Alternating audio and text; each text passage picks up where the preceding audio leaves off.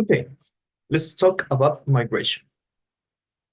Migration is a complex concept. It's usually misunderstood as a problem, but it is actually a social phenomenon that involves a broad spectrum of experiences and is shaped by multiple factors. According to the presentation that Marie Peloche shared with us, a migrant is a person that has left their place or origin to settle in another country, either within their national borders or beyond them, temporarily or permanently.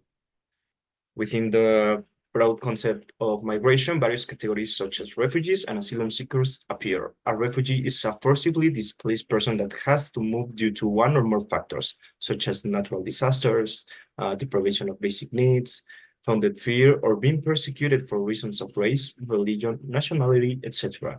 A refugee has their national borders where he previously had his habitual residence and is unable, or due to set fears, does not want to return to it. The difference between a refugee and an asylum seeker is that a refugee has been acknowledged by the UNHCR, the United Nations High Commissioners for Refugees, and has been granted with the concept by this law. An asylum seeker is someone that has still not been referred by the UNHCR and present themselves at a port of entry of a particular country. All refugees or asylum seekers are migrants, but not all migrants are refugees or asylum seekers. Now, moving beyond the definition moving beyond defining the concept of migration, Carlos delves into the challenges that migrants face every day. Let's talk about the migration challenge. In this case, we're going to mention only two of those. Well, I decided to select the migration challenge, most important in my opinion, and the most frequent in the actuality. The first of these ones is criminalization the term migration. This is generating a wrong perception in a lot of people around the world, around the countries, and a bad idea, a wrong idea about what migration really means. This is need to be changed because immigrants that are the people that suffers the consequences occasionate that in some societies some people don't give them a recognition like all the humans need to be recognized. And the other thing is that it's generating discrimination. On the other hand, we have the most important challenge for me, that is the disrespectful of laws. This only because it can take a lot of bad consequences to the migrant people. This is can take the opportunity of them that have access to simple laws like have health, have food, or being employed. So this is taking a lot of opportunities of them that they could have if this doesn't exist. Now, talking more about the migrant identity and stereotypes, depending on the origin of the migrant or how they look, the false identity is different. For example, if the person is Latin, they call him a criminal or a rapist. If the migrant is Muslim, people immediately call him a terrorist or they tell them some kind of passive-aggressive comments. In the US, 50% of adults recently reported that immigrants are making the economy worse. They believe they blame them for the bad economy and for taking jobs that they believe belong to people who were born in the country, and by the simple fact of being born there, then they have the preference. Therefore, they blame them for unemployment increase. In the same way, there is a false identity that immigrants take advantage of all the services and help they receive in the country they arrive in, without giving anything in return. In the US, a recent survey found that 34% of American adults reported that immigrants are making social and moral values worse.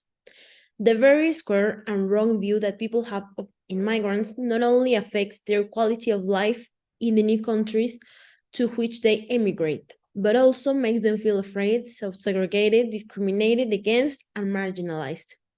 It is a difficult situation in their home countries, and it is sad that when they arrive to a new one looking for a second chance, they need to face this type of situations.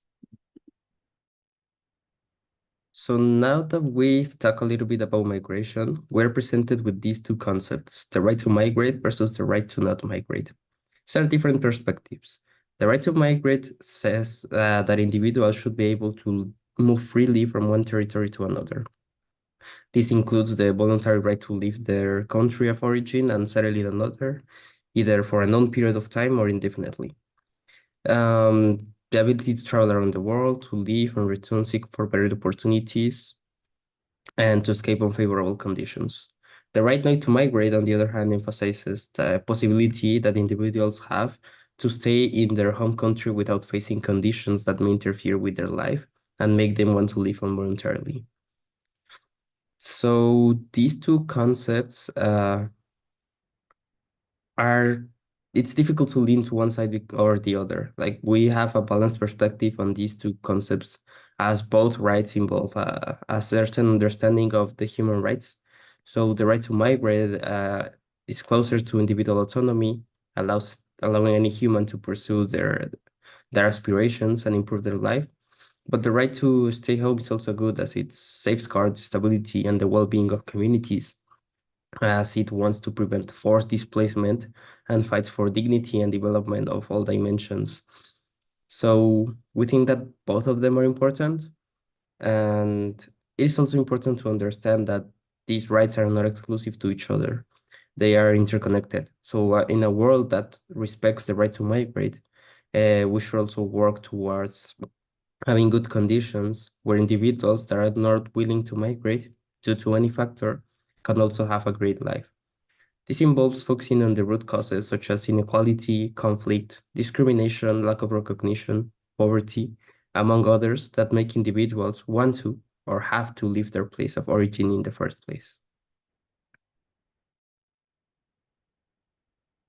Well, I'm going to talk about the responsibility in addressing migration. Actually, migration has to be seen from two different points of view: the home or the place where the migrant comes, and the host countries from both of the territories. Both of them have to work together to fix the migration problems. Both of them have legal obligations. The country that receives the migrants or refugees should provide them with humanitarian services, such as health services, water, food, and asylum.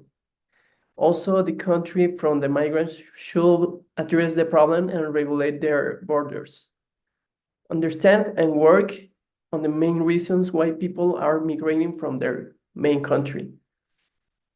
It is because insecurity, then work to reduce it. Organizations like ONGs should provide the right resources and support the migrants or refugees. They must ensure that there are no human rights violations. Finally, we need to overcome our internal barriers that create false social constructions about what we should or shouldn't do about issues that affect others but not ourselves. Unfortunately, most people have no interest in taking initiatives or raising awareness about the difficulties faced by migrants, refugees, and asylum seeker people. As citizens, we need to start informing ourselves about the issues, not in a cultural or occasional way, but by evaluating and analyzing situations from both good and bad points of view in order to come to a formal conclusion. For example, one of the main economic benefits of this issue is that they also make a larger contribution to the creation of companies than the local population, through the promotion of investment, trade, and technological links. All this thanks to the cultural and social contribution that comes from the origins of these people. So the best proposal to all citizens can contribute not only externally but also internally are as follows. See language not as a social barrier but as a form of communication that distinguishes each individual essence. Cultural indifference to the unfamiliar, since we can learn about other people's cultures, customs, and values. Humanitarian values focusing on people's dignity and rights to a good quality of life and opportunities by providing services and support to all, breaking down barriers to inequality and lack of opportunity, and finally, elimination of stereotypes of outsiders, whether because of their religion, political affiliation, gender, skin, or color, or place of birth.